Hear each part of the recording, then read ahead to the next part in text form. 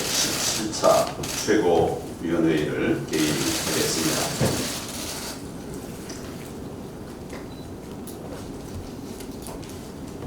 이래도 조국입니까? 대통령에게 묻습니다. 이래도 조국입니까? 어제 검찰이 조국 후보자의 부인을 피의자 신분으로 전환했다는 보도가 나왔습니다. 자신이 근무하는 동양대학교의 총장 표창장을 위조해서 이를 딸의 부산대에 의전한 입시에 활용한 혐의입니다. 조국은 셀프 기자간담회에서 불법은 없었다고 주장했습니다. 하지만 불법 많았습니다. 사문서 위조, 대학 입시 업무 방해, 공무집행 방해 등 명백한 범죄 행위가 드러났습니다. 오늘은 또 어떤 불법이 드러날지 모르겠습니다. 까도 양파입니다. 조국 가족펀드에 문재인 정권 인사들이 여러 가담한 정황까지도 하나하나 밝혀지고 있습니다. 조국 펀드 운용사와 연결된 회사에 여권 인사들이 주주와 고문 등으로 참여했다고 합니다. 그리고 이들이 상당히 비정상적인 과정을 거쳐서 서울시의 지하철과 버스 와이파이 사업을 따냈습니다. 그 과정을 민주당 국회의원이 거들기도 하면서 대기업 KT를 제치고 우선 협상 대상자가 됐다고 합니다. 이제는 조국 게이트를 넘어서 권력형 게이트, 문재인 정권 게이트라고 하는 것이 합리적 의심이 있는 결론이라고 생각합니다. 더 심각한 문제는 범법 행위를 덮기 위한 증거인멸까지 시도하고 있는 것입니다. 조국의 부인은 동양대 관계자에게 전화를 걸었답니다. 표창장이 정상 발급된 걸로 해달라. 전결사항이라고 반박 보도자료를 내달라. 이렇게 요구했답니다. 사실상 증거인멸과 조작을 지시한 거 아니겠습니까? 조국의 5천 조카를 비롯한 조국 펀드 핵심 관계자들은 문제가 터지자 필리핀으로 도주한 상태입니다. 컴퓨터 등 관련 자료들도 파기했다고 합니다. 그런데도 조국은 이런 모든 문제들에 대해서 나는 몰랐다, 관여한 바 없다, 이런 주장으로 일관하고 있습니다. 청문회 후보자 됐던 사람 중에 본인 문제가 아니라 가족 문제로 난무한 사람이 얼마나 많습니까? 나는 몰랐다, 나는 관여한 바 없다, 이걸로 국민 앞에 해명이 되는 겁니까 도대체? 딸을 논문 제1저자로 만들어준 단국대 교수의 아들은 조국 본인이 근무했던 서울대 법대에서 인턴을 했습니다. 그리고 서울대 역사상 전무후무한 고등학생 인턴이었다고 하는데 조국이 나서서 스펙토마시를 한 게 아니면 도대체 뭐겠습니까? 이래놓고 나는 몰랐다, 이게 말이 되는 겁니까? 그래놓고 부인, 조카, 다른 교수들에게 책임을 다 떠넘기고 있습니다.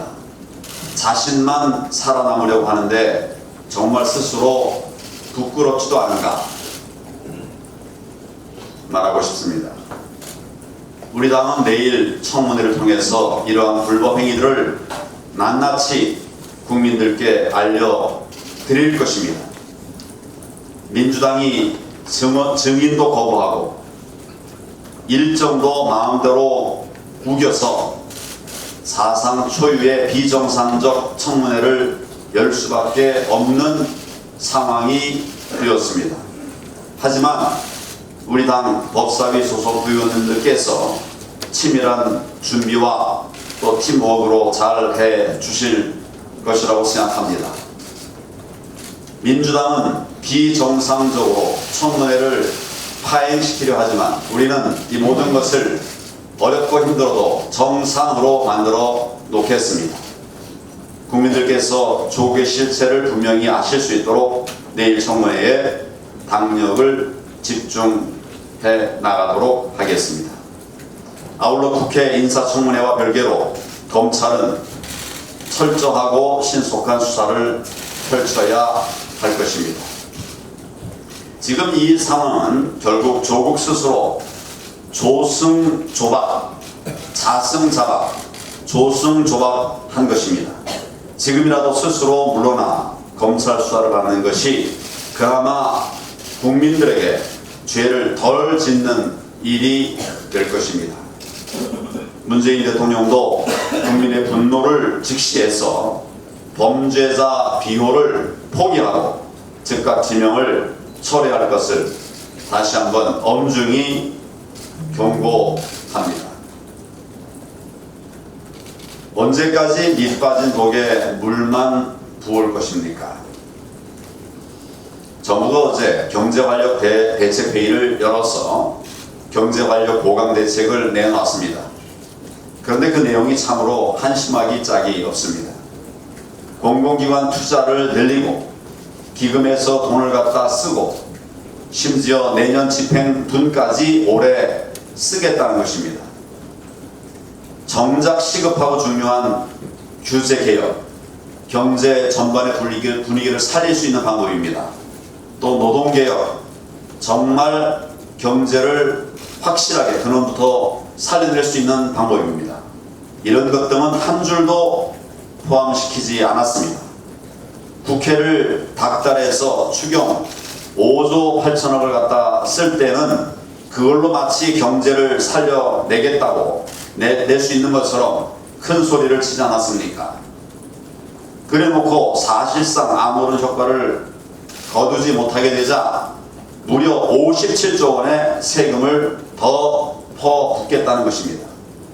내년 예산도 역대 최대인 513조 4천억 원을 책정했습니다. 이 정도면 세금 중독 정권입니다. 재정 중독 정권이라고 할 수도 있을 것 같습니다. 정말 돈 퍼주기에 중독된 정권입니다. 게다가 세금을 사용하는 방법도 완전히 엉터리입니다. 당장 25조 8천억이나 잡아놓은 내년 일자리 예산만 봐도 참으로 기가 막힙니다. 40%가 넘는 10조 4천억 원 실업자에게 그냥 나눠주는 돈입니다. 쓰레기 줍기, 하천 청소 같은 세금 알바 74만 개나 만들면서 신산업 육성 등 정말 일자리 만들기 위한 구체적 계획은 없었습니다. 사실상 총선용 현금 살포에 일자리 예산 명목으로 돈 막 퍼주겠다는 것입니다. 이런 시기니 지난 2년 동안 무려 54조 원을 쓰고도 최악의 실업난이 발생하고 있는 것이 아니겠습니까? 이런 식으로 국민의 세금을 자기 돈처럼 마구 쓰면서 자기 돈도 그렇게 마구 쓸 것 같지는 않습니다. 그렇게 마구 쓰면서 우리 국가 재정까지 위태롭게 만들고 있습니다. 나라의 곳간이 비든 말든 선거용 선심 정책에 올인하고 있기 때문입니다. 지금 경제 대위기의 원인은 결국 문재인 정권의 잘못된 경제 정책 때문입니다. 이 정권의 무모하고 무책임한 경제 정책 실패로 생산, 투자, 소비, 수출 모두가 고장이 난 상황입니다. 반시장, 반기업 정책과 친귀족노조 정책으로 기업들의 손발을 다 묶어놓고 대한민국의 성장 엔진까지 꺼뜨리고 있습니다. 그래놓고 아무리 세금을 많이 퍼부어봐야 그게 무슨 소용이 있겠습니까? 문재인 대통령에게 정말로 묻고 싶습니다. 언제까지 정책 실패를 혈세로 막을 것입니까? 성장 동력이 꺼지고 국가 재정이 무너져도 선거만 이기면 된다는 겁니까? 좌파 경제 정책으로 기업들 다 쫓아내고 포퓰리즘 정책만 고집하다가 국민들 쓰레기통 뒤지게 만든 베네수엘라와 뭐가 다릅니까? 문재인 대통령 정말 나라 경제 망치는 일 이제 그만하시기를 바랍니다. 반시장 반기업 정책부터 당장 그만둬야 합니다. 세금을 풀 것이 아니라 규제를 풀어야 합니다. 현금 살포가 아니라 제대로 된 투자가 이루어지게 세금을 풀어야 합니다. 귀족 노조가 아니라 진짜 근로자들을 위한 정책을 펼쳐야 합니다. 결국 경제정책 대전환만이 유일한 해답임을 인정하고 이를 즉각 실천해야 합니다. 우리 당은 올바른 경제정책 대전환 방안을 내놓고 국민과 함께 가열찬 정책 투쟁 또 원내 투쟁을 벌여 나갈 것입니다. 그럼에도 문재인 대통령과 이 정권이 끝끝내 경제정책 대전환을 거부한다면 우리 당은 국민과 함께 더욱 강력하게 투쟁을 벌일 수밖에 없습니다. 나라 살리는 경제정책 대전환 반드시 우리 당이 이뤄내도록 하겠습니다.